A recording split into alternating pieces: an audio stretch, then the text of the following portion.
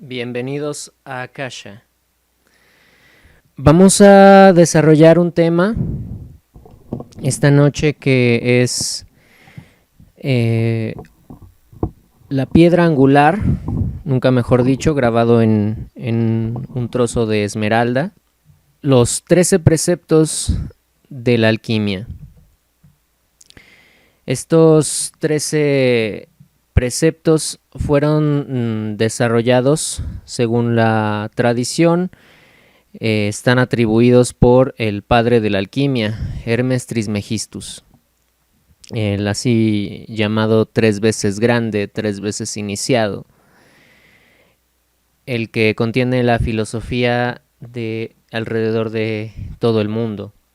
En la tradición alquímica, él es asociado al dios egipcio Tot, quien, según la leyenda, es un ser de altísima vibración, un ser ascendido que vivió en la época de la Atlántida, de hecho mucho antes, con los lemurianos, los protoatlantes, y después fue a viajar a otras dimensiones y regresó con conocimiento para instruir en la época de el esplendor egipcio, y allí fue conocido como Tot, el dios de la magia, este dios Oneter con cabeza de ibis, un pájaro como una cigüeña.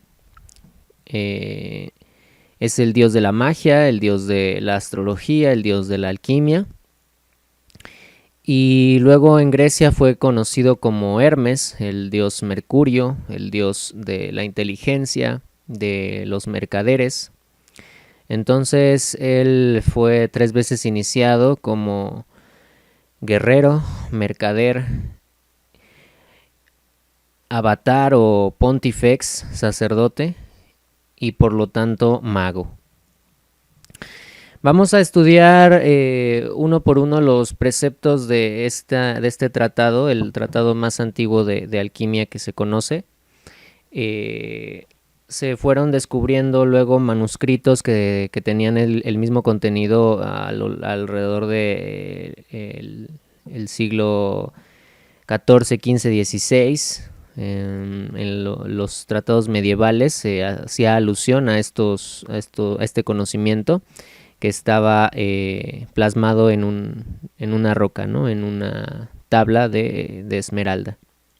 Es conocido pues en latín como la tabula smaragdina.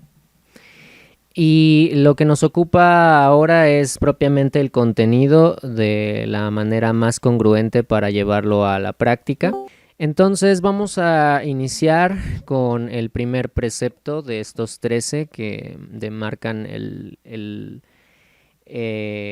secreto de la sustancia primordial y sus transmutaciones. El contenido de la tabla de esmeralda trata de revelarnos los secretos de la transmutación de la materia primordial, de la sustancia primordial, pero su lectura no puede ser abordada simplemente desde la dimensión racional de nuestra mente, sino que debe de ser puesta en consideración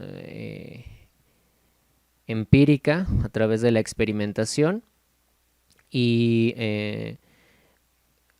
relacionar ambos hemisferios de la mente, del cerebro, la parte racional y la parte intuitiva, la dualidad masculina y la dualidad femenina, la parte activa del infinito y la parte receptiva del cosmos, para que podamos realmente comprender el significado de estas palabras tan crípticas que nos vamos a dar a la tarea de desarrollar.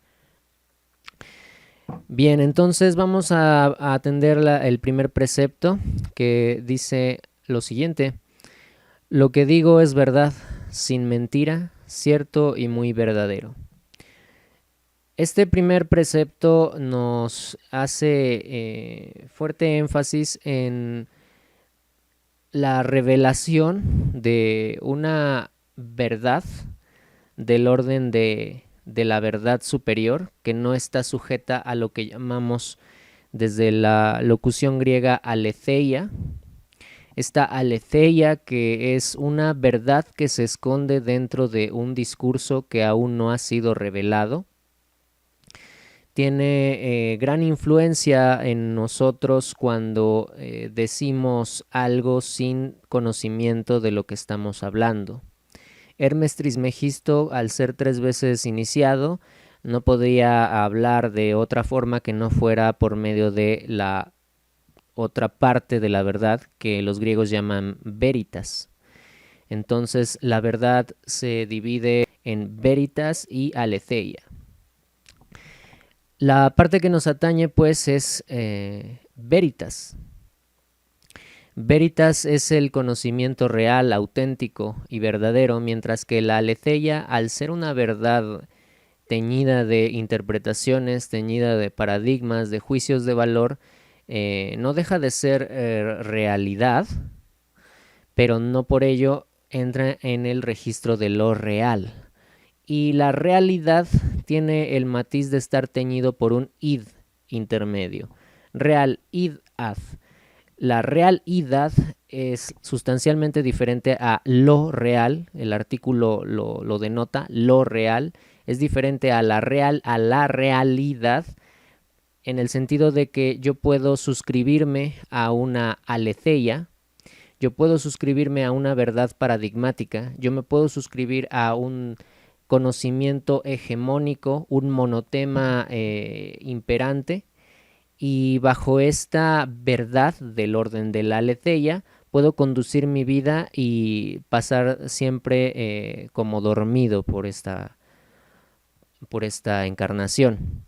Caso contrario, así nos ubicamos en el aspecto de lo real y resignificamos en el plano, en el registro de lo simbólico, nuestras identificaciones ilusorias que están dentro del registro de lo imaginario. En el psicoanálisis más vanguardista tenemos estos 3 registros: el registro de lo real, de lo imaginario y de lo simbólico. Y a través de estos 3 registros nosotros podemos acceder a capas que nos conectan con una verdad del orden de la veritas. Entonces, cuando Hermes Trismegisto nos habla de que lo que dice en su tratado de alquimia, es verdad, cierto, sin mentira y muy verdadero, haciendo énfasis en veritas, nos habla de el orden de el verbo, que en todas las culturas vamos a tener como una máxima, como un imperativo categórico.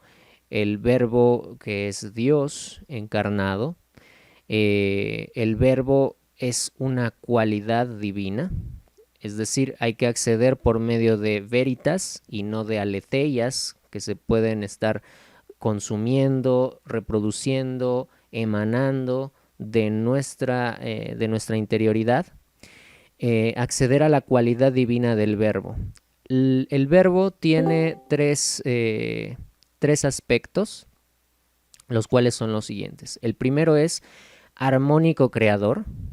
La cualidad divina del verbo es armónica creadora. Esta es la primera cualidad del verbo. La segunda cualidad del verbo es potencialmente unificante, lo que significa que es sublimante y coagulante a la vez. Y la tercera configuración o atributo de la cualidad divina del verbo es que es absolutamente omnipenetrante, en términos de lo absoluto. Si estamos hablando en términos de lo absoluto, estamos hablando de que el verbo lo es todo, penetra absolutamente todo, unifica absolutamente todo y armoniza al crear. Ante el caos que está dentro de nuestro vaso, de nuestro matraz, de nuestro atanor, asimismo en el macrocosmos, el caos que va permutando los sistemas estelares por medio de lo que las ciencias físicas denominan entropía, todos los dioses ante el caos generan un movimiento a través de las cualidades divinas de su verbo. Ellos crean la realidad, crean el registro de lo real a través de el verbo. Y Dios dijo, cuando todo se movía entre las aguas, en el principio todo era caos, el espíritu se movía por encima de las aguas. Este es el caos, el origen. Y luego Dios dijo, hágase la luz, y con ello, al nombrar, se creó todo lo demás. Es, como vemos, coagulante, unificante, porque es el núcleo del predicado, es la acción, es la palabra de poder, es lo que contiene el poder creador, generatriz, armónico creador, y es absolutamente omnipenetrante porque tiene variación de tiempo, afecta al tiempo y por lo tanto al espacio, por estar íntimamente unido en la malla de la gravedad, según lo ha redescubierto Albert Einstein en su teoría de la relatividad. Afecta el aspecto, el modo, la voz, o sea, el tono, el tinte con el que se emana estas cualidades, estas tres cualidades divinas del verbo.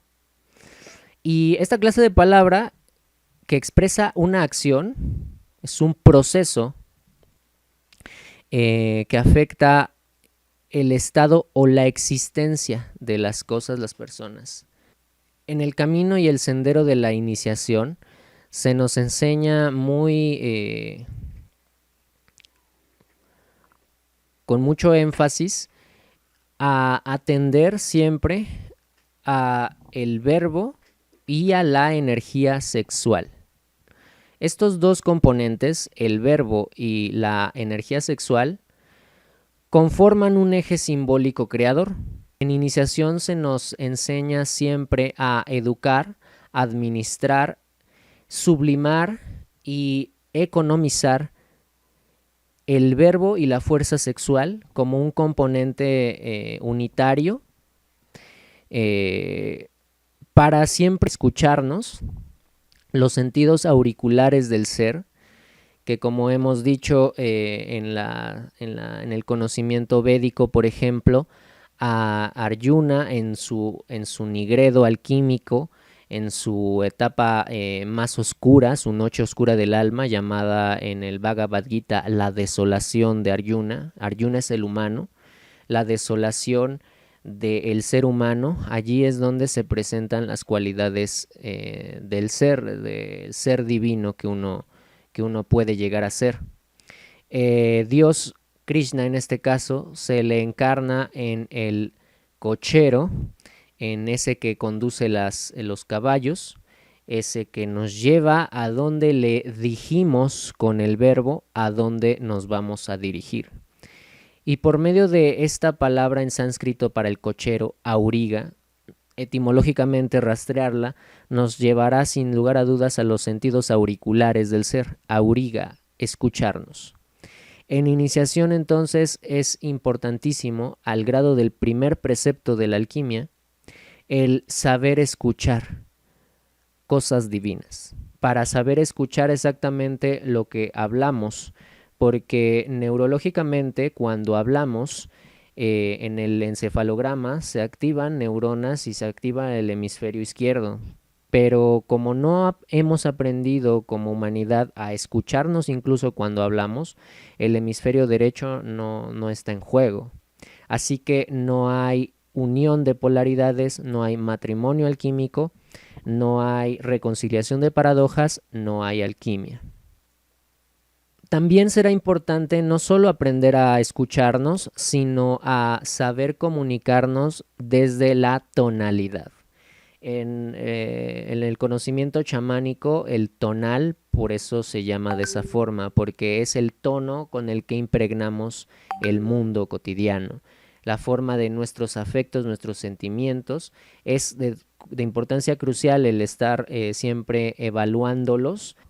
Uno conduce el verbo de su creatividad, cada vez más en atributos divinos, que son, como dijimos, armónico creador, unificante o coagulante y sublimante al mismo tiempo, y absolutamente omnipenetrante. Vamos a unir el segundo y el tercer precepto de la tabla de Esmeralda y vamos a leer lo que dice. Lo que está abajo es como lo que está arriba, y lo que está arriba es como lo que está abajo, para consumar el milagro de la unidad. Y como todas las cosas proceden de una, por la mediación de una, así todas las cosas tienen su origen en esta cosa una por adaptación. Entonces, tal como Adán Kadmon, que es el hombre macrocósmico, simbolizado en el exterior, en el espacio exterior, por la configuración zodiacal, por los planetas de nuestro sistema solar, por las galaxias, por los otros sistemas estelares, los Pléyades, Orión, Sirio, diferentes otros sistemas estelares, hay siempre una analogía por adaptación con el mundo interatómico, el mundo subatómico. Lo más pequeño es exactamente un reflejo de lo más grande y viceversa. Tal como Adán Kadmon es Adán Protoplastos.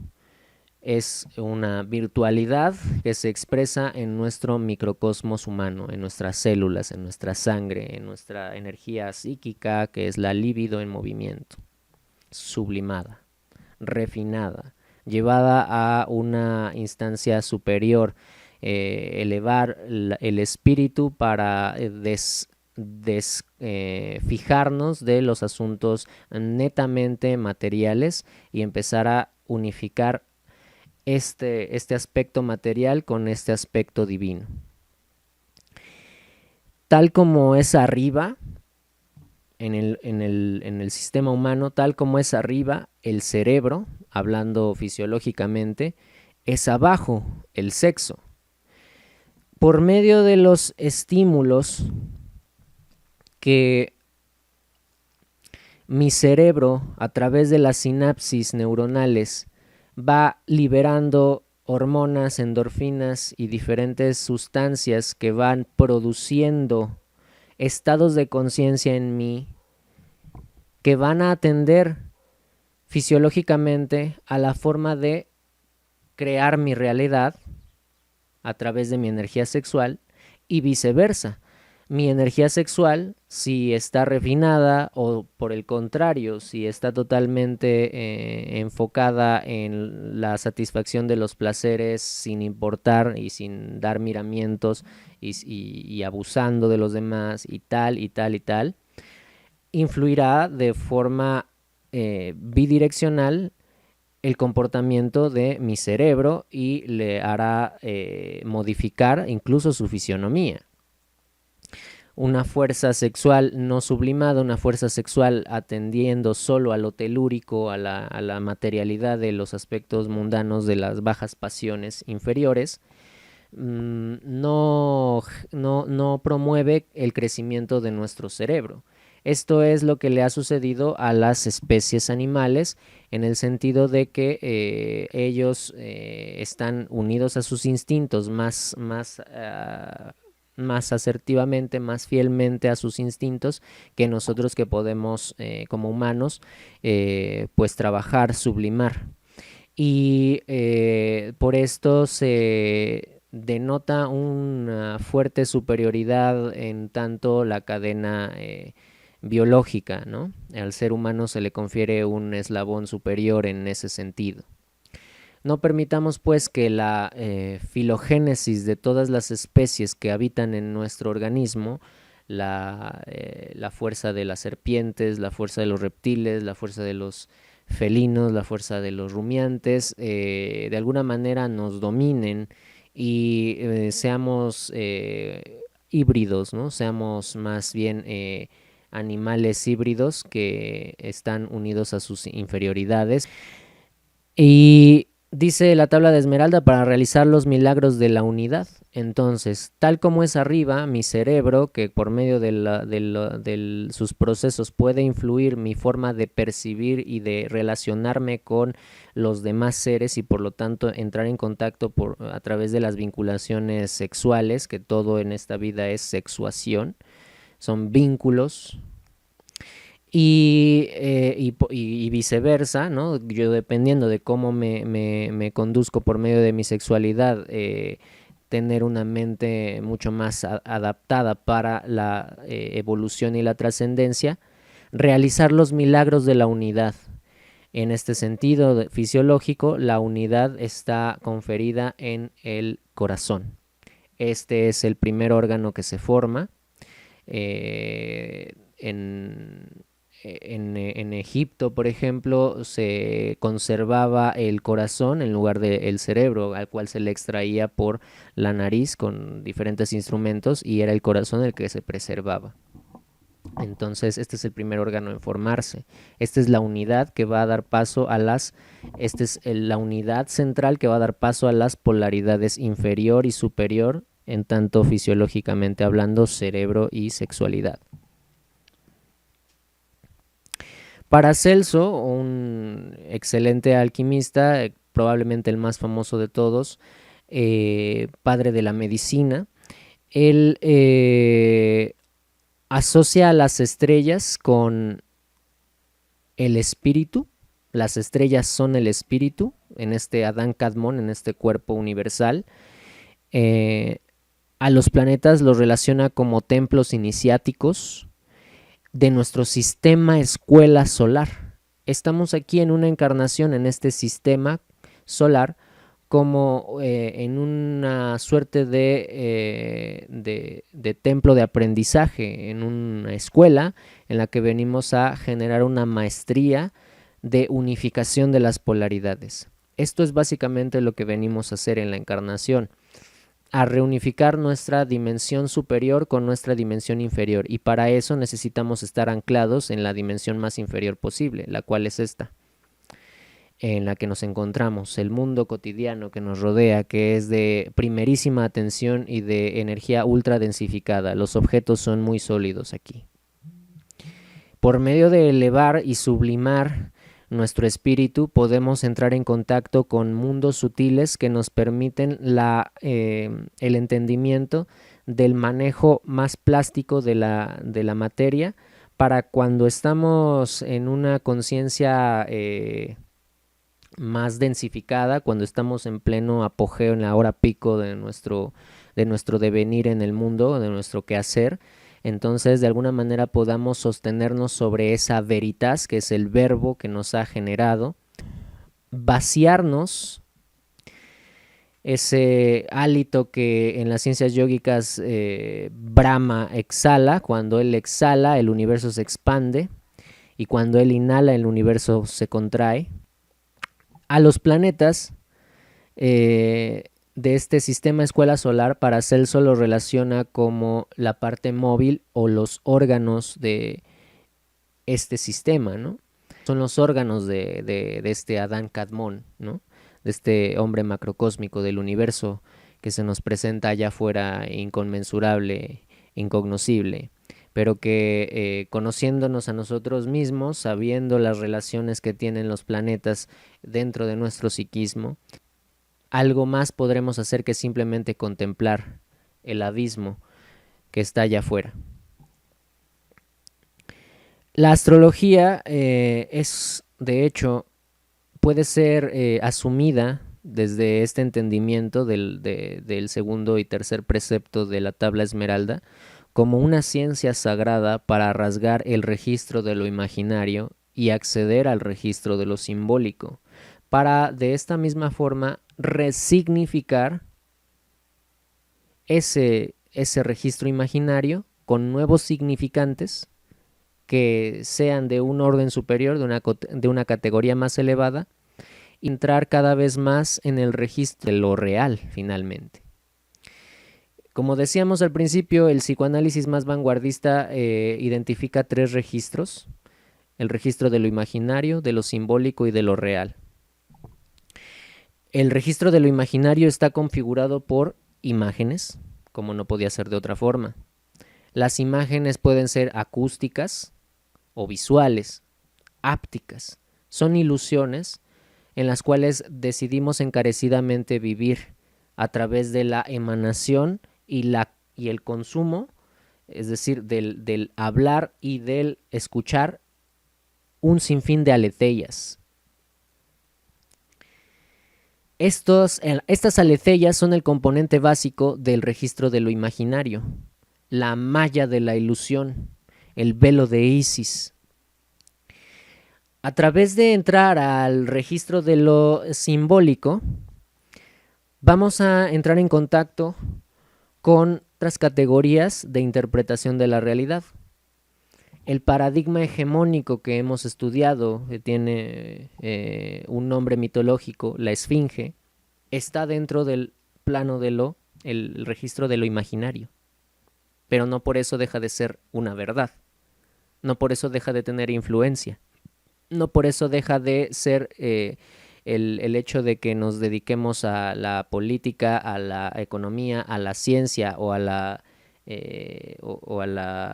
moral. Todos nuestros quehaceres humanos tienen que ver con esos 4 paradigmas imperantes y hegemónicos. No por eso, no porque sean dentro del plano de lo imaginario, dejan de ser verdad. Pero son de un orden de la verdad que nada tiene que ver con el orden de la verdad absoluta, omnipenetrante, que es veritas, sino con un sinfín de aletheías que decidimos, como dije, encarecidamente suscribirnos a ellas, hablarlas y escucharlas. Entrando pues al terreno de lo simbólico, podemos encontrar una nueva significación. Entramos en el paradigma de la alquimia, entramos en el paradigma de la magia, entramos en el paradigma de la astrología, resignificamos y actualizamos dentro de esa virtualidad tan potente que tiene el registro de lo simbólico. Pues, por ejemplo, tengo a la mano no es el objeto más convencional, pero es el que tengo a la mano, un mortero. Esto es un mortero, este es el significado, y el significante puede ser el que yo le llame mortero y ustedes le llamen molcajete, o en otro idioma la palabra será totalmente diferente. Es otro significante para el mismo significado. Otro ejemplo muy sencillo es cuando yo digo la palabra manzana. El significado es la manzana, pero para algunos de ustedes pueden evocar una manzana roja pequeña y otro una manzana verde grande y otro una manzana amarilla. Entonces el significante cambia, pero el significado no. Cuando yo entro en el registro de lo simbólico, entonces puedo adaptar con nuevos significantes el registro de lo imaginario y hacerme de una nueva imaginería, hacerme de una visión, de una nueva visión. Y por lo tanto, como arriba es abajo y abajo es arriba, de una nueva cosmovisión, de una nueva forma de interpretar la vida, de interpretar cada vez más, entrar en el registro de lo real, interpretar más realidades a las que yo me suscribo y entrar cada vez más al registro de lo real. Esto lo pueden ustedes investigar por su cuenta estudiando un poco de psicoanálisis lacaniano, que no es el más accesible de todos, pero queda mucho más claro si lo hablamos al términos del lenguaje más moderno. A través de la entrada al registro de lo simbólico, darle una nueva significación a nuestra vida, darle un nuevo propósito o al fin encontrar un verdadero propósito y dejar de estar alienados al registro de lo imaginario. Que como podemos intuir y como hemos estudiado en la esfinge, ese registro imaginario, ese registro de la esfinge, está alimentado por otro en mayúsculas, por el gran otro, por la otredad. Estamos alienados al deseo del otro. Queremos lo que el otro desea. Y peor aún, queremos ser el deseo del otro.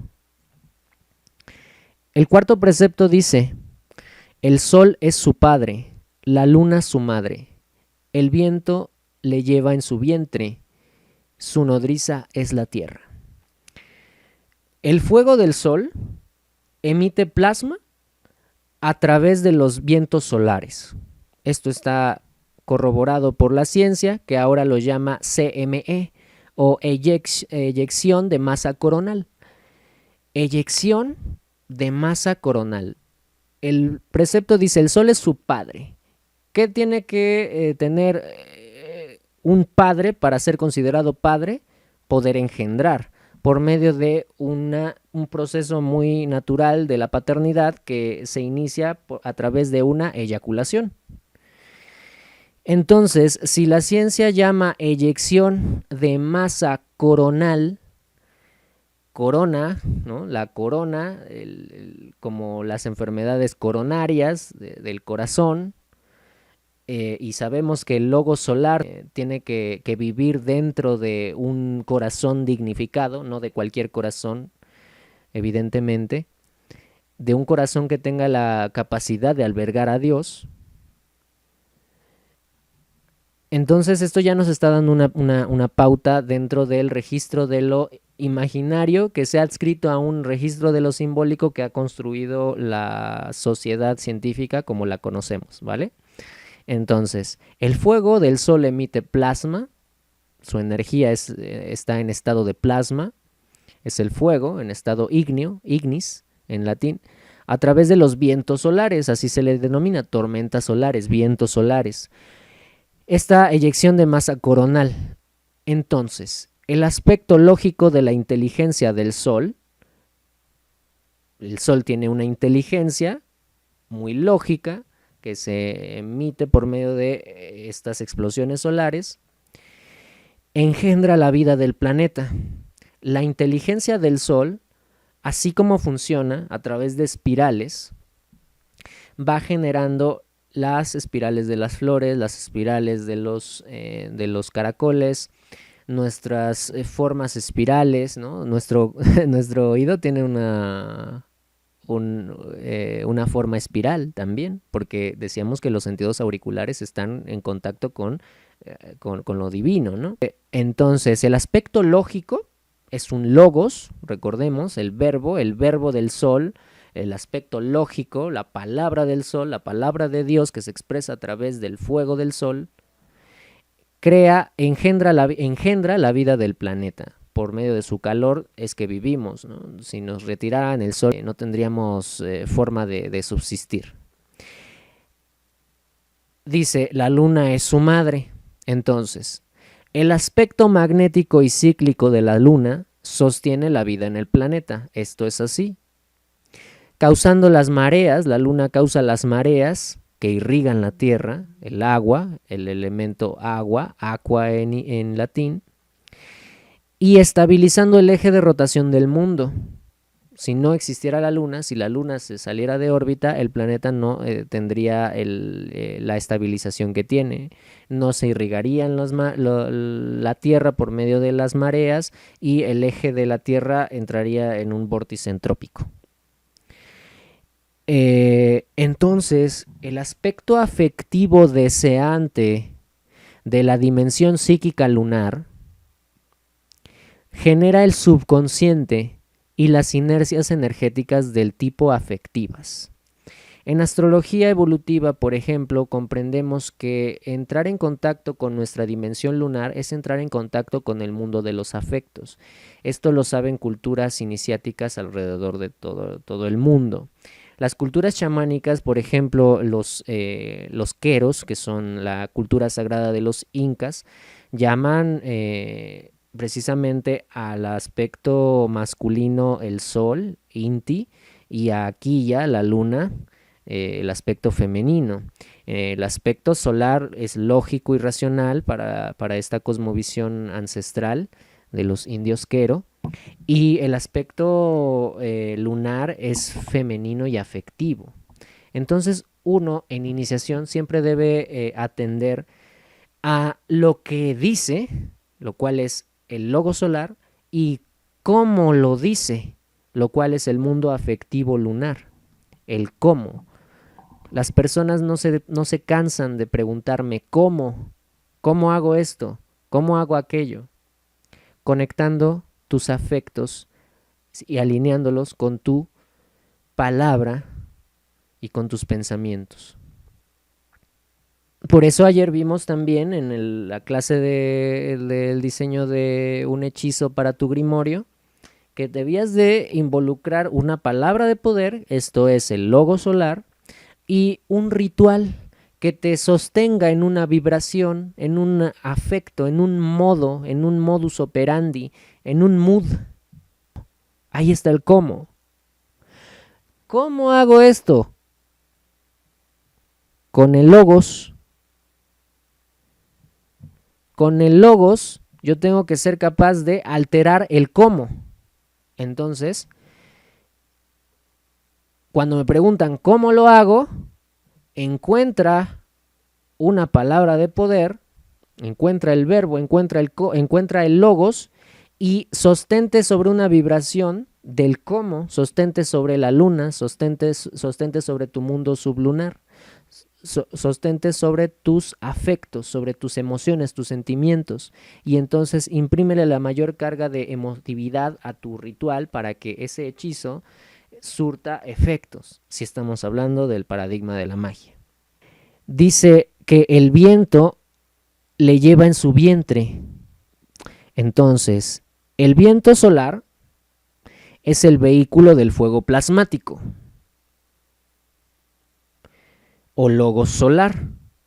Es a través de él, del viento solar, que la atmósfera eléctricamente cargada, esto es así, la atmósfera tiene partículas eléctricas, ¿no? La molécula del oxígeno hay cargas eléctricas que cuando pierden resistencia por medio de la humedad del elemento agua, entonces se genera un rayo. Ya lo estudiamos en los 4 elementos.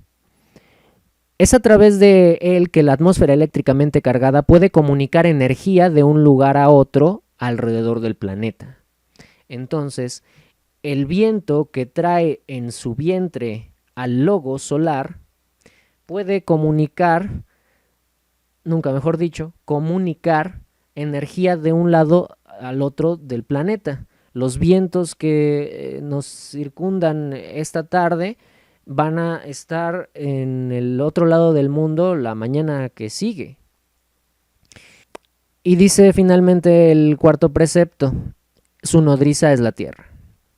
Entonces, el planeta Tierra es el receptáculo y fuente principal de nutrición de todos los ciclos termodinámicos del fuego plasmático, que dan paso a sus diferentes manifestaciones.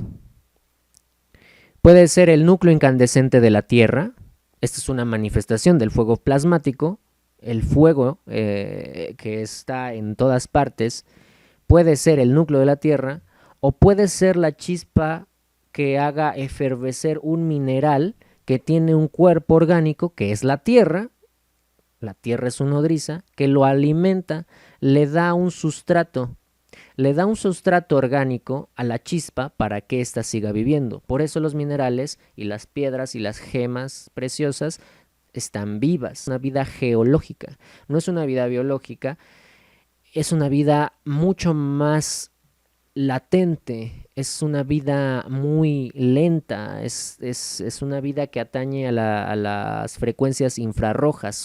Su amplitud de oscilación es muy separada y muy lenta, a diferencia de los seres más evolucionados, que son de frecuencias más rápidas y de compresión, de longitud de onda más corta y de velocidad de oscilación más rápida. Los minerales son muy lentos y por eso son eternos.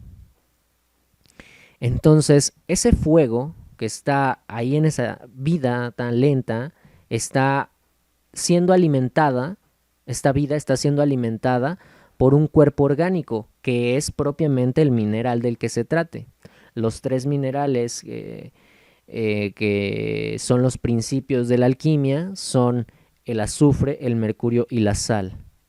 El azufre es el padre de los metales, el padre de la realidad, y ¿Por qué? Porque o sea, los metales están incluso dentro de nosotros. Nosotros podemos tener hierro en la sangre, como hemos dicho, o mucho plomo en nuestro sistema, pues es tóxico, es venenoso, ¿no? Y el mercurio es la madre de los metales. La sal es el resultado. Y por medio del símbolo de la sal, una sal celeste que tiene un eje vertical que conecta lo superior y lo inferior a través de los elementos ignis y aer, fuego y aire, que son polares. La dimensión superior positiva de esa vertical es ignis y la dimensión negativa o receptiva, el vientre del aire, pues es receptivo, femenino, es en esta escala de la que estamos hablando. No nos confundamos, estamos hablando de esta escala en particular. Es el aspecto negativo, pero ambos son principios activos. Y en el símbolo de la sal, en esa cruz, en ese staticulum, este es el patibulum, la línea vertical, en el staticulum, la fuerza estática, por un lado de la polaridad tienen en su fuerza positiva al agua, aqua, y en la fuerza negativa, terra. Por medio de el staticulum, nosotros podemos atrapar la fuerza del fuego que viaja dentro del viento. Entonces, por medio de la sal nitro, podemos atrapar la sal celeste y tener el símbolo de la sal, que es propiamente el símbolo del mundo. Decía Yeshua: vosotros sois la sal de esta tierra. A eso se refiere con esa acepción tan misteriosa, que nosotros somos el resultado de el azufre y el mercurio, que somos el resultado de la parte activa del infinito y de la parte receptiva del cosmos, que somos parte o el resultado del logos solar, padre sol, y de Quilla luna, abuela madre luna.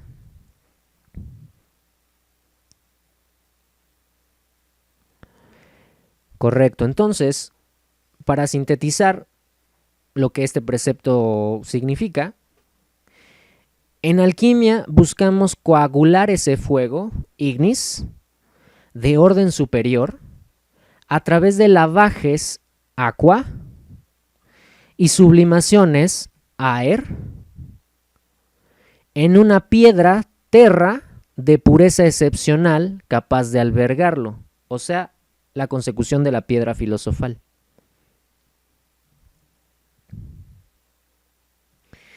El precepto 5 y el precepto 6 dicen así: este es el padre de toda perfección. Algunas versiones traducen de los telemas o de los talismanes. Un talismán finalmente es un sello. Entonces, este es el padre de todo talismán, de toda perfección o consumación de todo el mundo. Su poder es integrante si es convertido en tierra. En la alquimia, lo que buscamos es propiamente alcanzar la piedra filosofal por medio de, como dijimos, lavajes ácidos, que son el agua y el fuego en matrimonio alquímico. Se están devorando a sí mismos, son enemigos, son enemigos superfluos, pero amantes interiores. Tienen que reconciliarse, el fuego y el agua, no hay nada más contrario. Entonces, a través de lavajes ácidos, que es fuego y agua, en unísono, sublimamos o llevamos a la categoría del aire, los evaporamos, y luego por medio de destilaciones hacemos que las perlas de la Virgen, que las lágrimas de María, que escurran por el destilador y bañen a la materia que estaba putrefacta y que la vayan purificando y que la vayan convirtiendo del negro al blanco, luego del blanco al amarillo y del amarillo al rojo. Y cuando tenemos el rojo, generamos una fermentación con la cual vamos a proyectar este polvo de proyección, este fermento, se lo vamos a colocar a limaduras de metales nobles, a saber, el oro y la plata, y multiplicarlos, porque como cualquier levadura, como el pan, en la levadura del pan infla, pues asimismo colocamos esa levadura de piedra filosofal roja en la limadura del oro o en la limadura de la plata y la multiplicamos ad infinitum.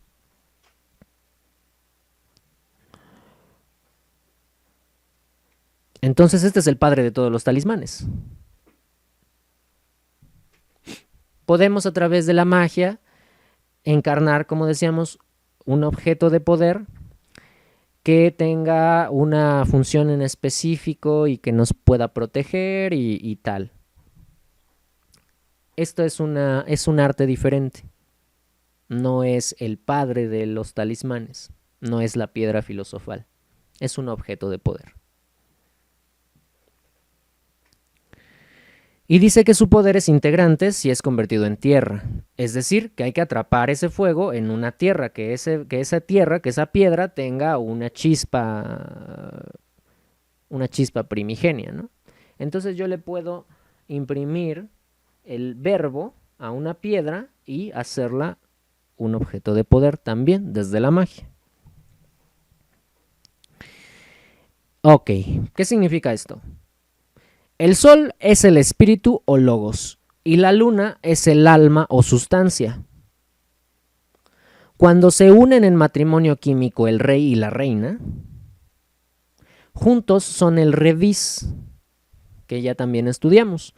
El revis es este andrógino que tiene de macho y de hembra, de hombre y de mujer, que tiene el revis, tiene en su lado activo masculino, tiene una caracola con la que él crea la realidad por medio del logo solar, y en la dualidad femenina tiene una copa para recibir, y de esa copa surgen 3 serpientes que son la representación de la materia, es decir, es la sustancia, es la forma. La parte masculina del revis es el qué, y la parte femenina del revis es el cómo o la forma. La forma, el mood, la sintonía con nuestro mundo afectivo, lunar, al orden de nuestro mundo activo, solar. Cuando el espíritu que hasta entonces era solo una semilla se corporifica por fin, tenemos una chispa de Dios dentro. Somos esa gota que se separó del pleroma. Y somos un pneuma con P. Somos un pneuma del pleroma. Somos una parte de Dios. Y cuando por fin volvemos a la fuente, cuando por fin coagulamos la piedra filosofal, cuando por fin corporificamos esa semilla que hasta entonces era una semilla y ahora se corporifica, entonces queda fijado, encarnada la divinidad armónica creadora, potencialmente unificadora y absolutamente omnipenetrante, los 3 componentes divinos del verbo, no los olvidemos. Cuando yo puedo crear armónicamente, cuando yo puedo unificar y cuando yo puedo penetrar en cualquier cosa, entonces soy Dios. Antes no. Dice el precepto 7, separarás la tierra del fuego, lo sutil de lo denso, suavemente, con gran industria. Al logo solar hay que separarlo de sus identificaciones con lo material en la calcinación. Suavemente, subiendo poco a poco el fuego del atanor, hay que subir poco a poco el fuego para que no se terminen por disolver completamente el espíritu que queremos realmente atrapar. Si le ponemos demasiado ímpetu al asunto, a la obra, si en el laboratorio subimos de más el fuego, si en la magia elevamos demasiado la frecuencia y nos volvemos loquitos, ese espíritu que intentamos atrapar se escapa. Y de nada nos servirá que pretendamos querer recuperarlo sin volver a comenzar desde ceros el proceso. Cuando vayas siendo cada vez más consciente de cuando este espíritu se ha ido de ti, te distrae cualquier nimiedad mientras estás en una meditación. No puedes silenciarte cuando estás en un ritual, no puedes estar en el silencio. Ese espíritu no está allí. No te hagas el loco. Tienes que volver a iniciar. Y volver a iniciar será pertinente que lo hagas otro día. Hay que subir entonces el fuego de la conciencia, como yo pretendo hacer con los puntos que quiero establecer, que quiero transmitir a ustedes, de a poquito y de a poquito y de a poquito, para que vaya perforando psiquismo y que tenga el sentido que debe de tener. Y no que te aborde con un montón de conceptos que a lo mejor, bueno, la verdad es que sí son complejos de comprender. Pero de nada te serviría que yo te los dijeras para que, o sea, tú te los adscribieras a tu registro de lo imaginario y creyeras que es lo que tu aletheia básica considera que es, sin pasar al registro de lo simbólico. Entonces estamos en el registro de lo simbólico del paradigma veritas alquímico. ¿Vale? Cuando vamos subiendo el fuego de la conciencia de a poco, cuando vamos en el laboratorio influyendo a nuestra materia de a poco, entonces ese espíritu se va a ir volatilizando, pero no va a desaparecer porque no lo va a combustionar el fuego, no lo va a desaparecer.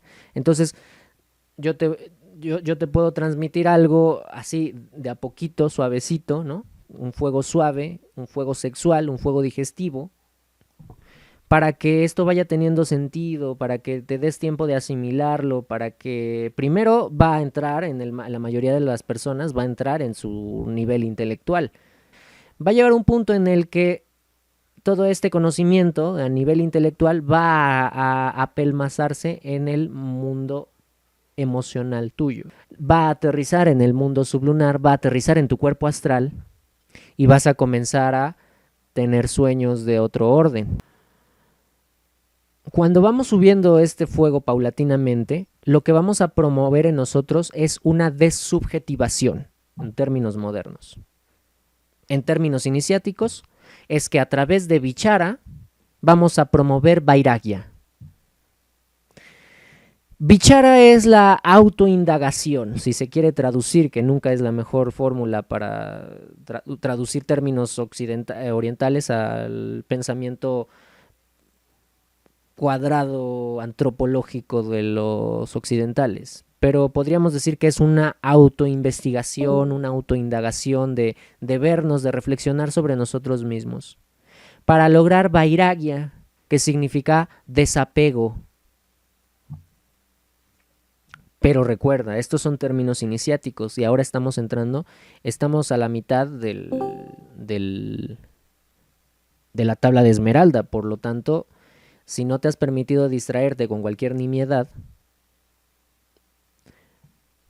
estás comprendiendo términos perfectamente iniciáticos. El desapego desde la iniciación no tiene que ver con lo que el registro de lo imaginario cree que es el desapego. Una súper escisión, o sea, separación.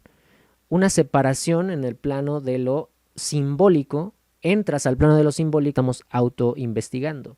Pensemos un poco.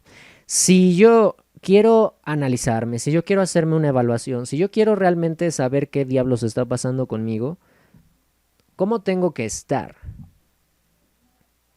No puedo estar de otra forma más que desapegado de mí mismo para poder verme objetivamente. tengo que estar separado, escindido de mí, a través de mi conciencia, separado de mis identificaciones, separado de mi yo, separado de mi ego, separado de mi registro imaginario, de mi ilusión, de mi maya, de lo que yo considero que es la realidad. Yo tengo que estar separado de eso, desde mi logos solar, estar viendo mi mundo lunar, lo que me configura, lo que me da ciclicidad, lo que quiero experimentar una y otra vez porque en el pasado me ha otorgado una zona de confort, tanto por huida del dolor como por búsqueda insatisfactoria de placer. Mi mundo lunar es cíclico como la luna, cada 28 días se manifiesta lo mismo y lo mismo y lo mismo para configurar una forma que me contenga, ese es el vientre de mi madre que me sostiene en esta realidad. Esa es la luna.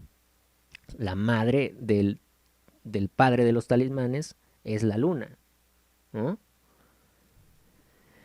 Yo desde el logos, desde mi inteligencia, desde mi verbo, porque me escucho cuando yo empiezo a entrar en un proceso de sanación al interior de una clínica psicoanalítica, cuando voy a terapia, cuando hago un trabajo mágico y energético, yo me empiezo a dar cuenta de lo que a mí sucede porque hablo, nombro mi problema y me escucho. Y entonces identifico lo que está sucediendo. Esto es vairagya. Me desapego emocionalmente de mí mismo. Me desapego desde el logos, me desapego de mi luna. Desde mi sol, ejerzo mi sol, ejerzo mi logos, ejerzo mi verbo, ejerzo la fuerza activa del infinito que yo soy y me desapego de mi mundo lunar subjetivo, de mi viaje, de mi soliloquio, de mi viaje mental, de mi viaje emocional, que constituye toda una ilusión parafernálica mental, por supuesto. Cuando yo soy capaz de hacer esto, entonces estoy en esa parte en la que soy capaz de separar por completo todos mis componentes para luego reunificarlos en una tierra que, como dice el siguiente precepto, el 8, Él asciende de la tierra al cielo y de nuevo baja a la tierra y recibe la fuerza de las cosas superiores e inferiores. De esta manera tendrás gloria en el mundo entero y se apartará de ti toda oscuridad.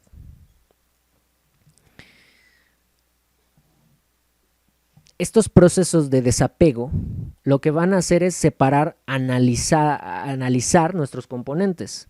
Tiene la facultad de análisis. Analiza, y el análisis no es otra cosa que separación de los componentes. Esto y esto crean un sistema que funciona para tal.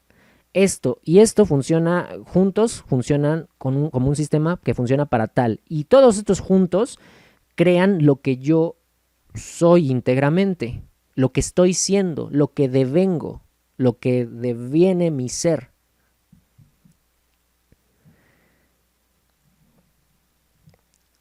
Este octavo precepto nos invita a la reiteración alquímica, nos invita a entrar en procesos de análisis y de síntesis ad infinitum.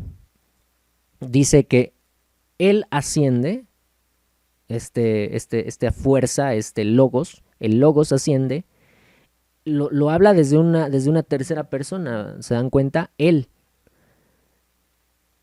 Y desde este panorama quisiera que nos enfrentáramos al paradigma. Él. ¿Quién? Dios.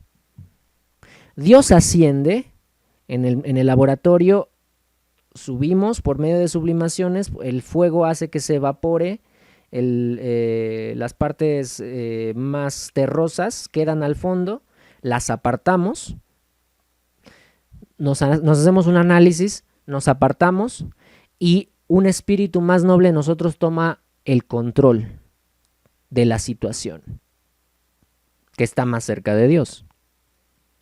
Aún no Dios, por supuesto.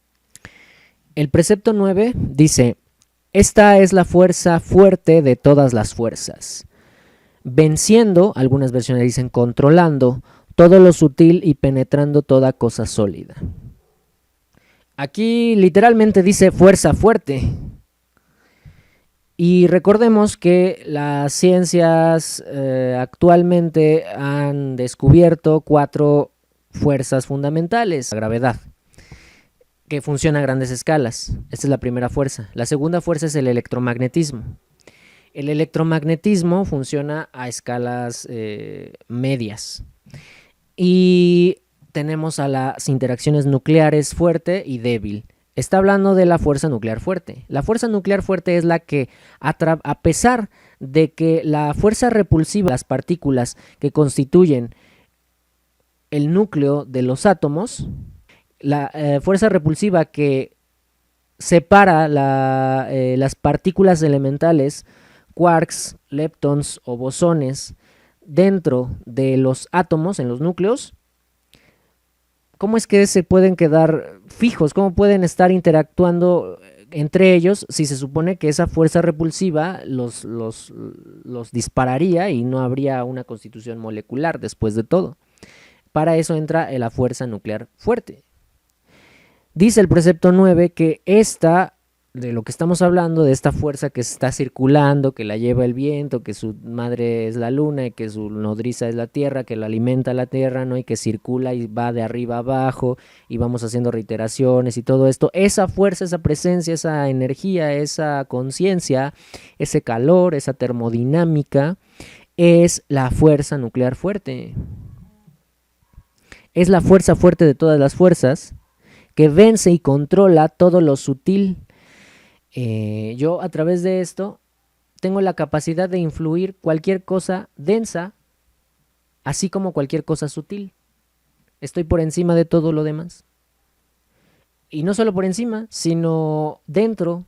Es que la interacción nuclear fuerte es tan ínfima, pero a la vez tan poderosa para mantener unidas las partículas que se quieren separar, que es como decía Platón, toda la realidad está constituida por triángulos. Depende de si el triángulo es más pequeño, va penetrando los triángulos más grandes, los interespacios de este ejemplo de las canicas que les planteaba la otra vez, ¿no? Una botella, si la llenamos con pelotas de golf, decimos puede estar llena, pero si la lleno con pelotas primero de tenis, luego de golf, luego canicas, luego arena, ¿no? Siempre hay un interespacio ahí donde cabe algo más. Ese algo más es esa fuerza. Es esa fuerza que está viajando por medio de las reiteraciones y por medio de que suba y baja, de que suba al cielo y que baje a la tierra, cada vez más, se va haciendo cada vez más pequeña, se va haciendo cada vez más sutil, se va haciendo cada vez más fuerte y cabe en todo interespacio atómico de la realidad. Por lo tanto, cuando yo ejerzo la voluntad del logos y transmito por medio del vientre del viento, ese logos alineado mi mundo lunar, mis afectos, entonces estoy poniendo en sintonía mi pensamiento, mi palabra y mi emoción, y cualquier cosa que yo diga es. Y Dios dijo, hágase la luz, y la luz se hizo, y con ello todo lo demás. Para eso tengo que haber hecho un montón de reiteraciones del precepto 8 para que yo sea digno de albergar ese espíritu que va a vivir en el corazón, en mi corazón, en Tiferet para los cabalistas, en Anahata para los yogis. Y entonces cada cosa que surja desde mi corazón, porque está alineado con esta corazón, cord, todo lo que sale a partir de ahí de mi boca por medio de un verbo, de mi logos, porque el verbo es acción, es. ¿Qué es esta fuerza fuerte que vence todo y que penetra todo? Porque es omnipenetrante. Recordemos, estamos hablando del verbo. Tiene su facultad divina que es absolutamente omnipenetrante. Es entrar al mundo de lo real, finalmente, para nutrir con nuevos símbolos el registro de lo simbólico y actualizar la malla de lo imaginario. ¿Sí? yo necesito alinear pensamiento, palabra y emoción. Pensamiento, palabra y emoción. Cuando hago esto estoy unificando mi energía sexual y mi verbo. Cuando las unifico, lo que consigo es que con esa fuerza sexual sublimada pueda yo entrar consciente, iluminar el mundo de la luz. Cuando entro al mundo de la luz conscientemente, esto significa estar en un sueño lúcido. Cuando estoy en un sueño lúcido, me hago consciente de que estoy soñando, yo genero un mundo. Doy una orden consciente, viajo a un lugar de poder, me doy cuenta de que yo estoy creando la realidad. Al despertar a la mañana siguiente, yo tendré esa sensación lunar, afectiva, emocional, de ser Dios, de ser un creador de realidad. Y por lo tanto, todo a partir de ese momento será generación de realidad, cada vez un poco más, hasta que mi corazón sea digno de albergar esa fuerza que cada cosa que dice es. Dice el precepto 10, de este modo fue creado el mundo, sic mundus creatus est. El caos tiene una acepción en griego que es el gauss. El gauss es el gas es el aire, que en su vientre lleva la partícula de la luz, o el fuego, ignis, el logos solar, el verbo. Este caos también se escribe C-H-A-O-S, caos, chaos, en las locuciones en inglés, por ejemplo. La C corresponde al carbógeno. Al mismo se debe la formación estructural de todos los organismos, fuerza de cohesión o naturaleza magnética. La H corresponde al hidrógeno, generador de calor y de poder expansivo o desintegrante, si no está frenada su acción por el poder del carbógeno. Si no hay carbógeno, entonces el hidrógeno se puede expandir así ad infinitum, el hidrógeno. La A corresponde a la Zoe o azot de los alquimistas, que la ciencia actual ha categorizado como el nitrógeno. Este nitrógeno es el elemento productor de la luz. El nitrógeno produce luz. La O corresponde al oxígeno. Es el elemento eléctrico. La atmósfera está cargada eléctricamente. El oxígeno es el elemento eléctrico y transformador de todo cuanto existe con los fines de la evolución morfológica y substancial. Y la S corresponde al sulfur o azufre, elemento indispensable para la existencia de la vida celular.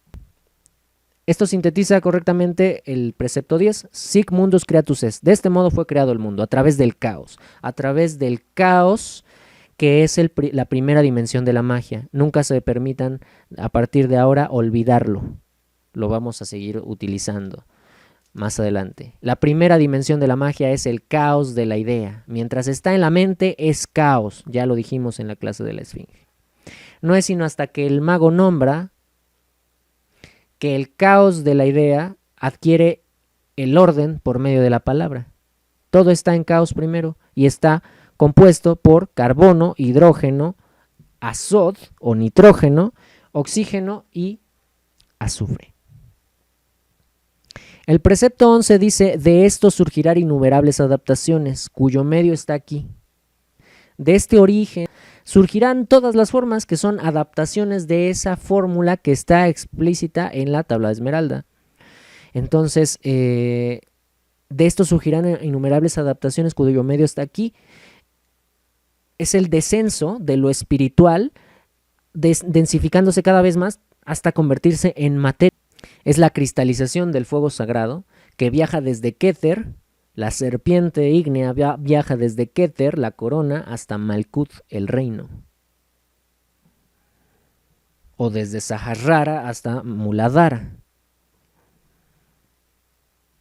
El precepto 12 dice, por esto soy llamado Hermes Trismegistus, teniendo las tres partes de la filosofía del mundo entero. Decíamos que él es 3 veces iniciado como guerrero, iniciado como mercader e iniciado como sacerdote o pontifex o avatar y por lo tanto mago. Entonces, me he dado a la tarea de sintetizar estas tres partes de la filosofía del mundo entero. Y lo sintetizo de esta forma. En alquimia espiritual buscamos engendrar un espíritu de conciencia inmortal a través de destruir y reconstituir nuestro cuerpo lunar o astral por medio de acceder a nuestro cuerpo mental superior que dé origen a un cuerpo físico longevo, lleno de vitalidad, salud, belleza, plenitud y abundancia.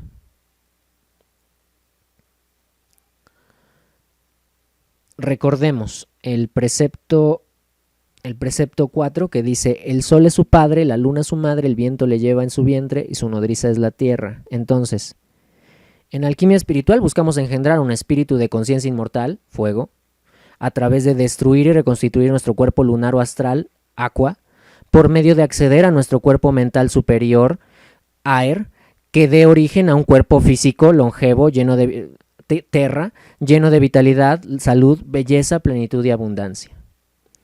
En magia, la otra disciplina de la filosofía de todo el mundo, en magia buscamos manifestar una vida exuberante a través del despertar del logo solar, ignis, alineando pensamiento, palabra y afecto con los influjos y corrientes de energía del medio exterior, aer, para entonces plasmar con los afectos, aqua, los efectos del pleroma, terra, plenitud y amplitud en el mundo material, terra.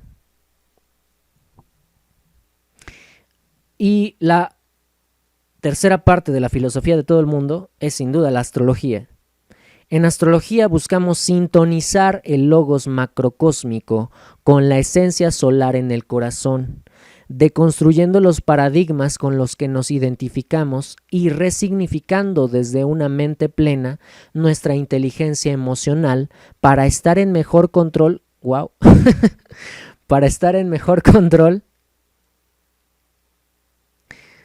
de nuestros procesos afectivos y comprender el funcionamiento de la realidad objetivamente.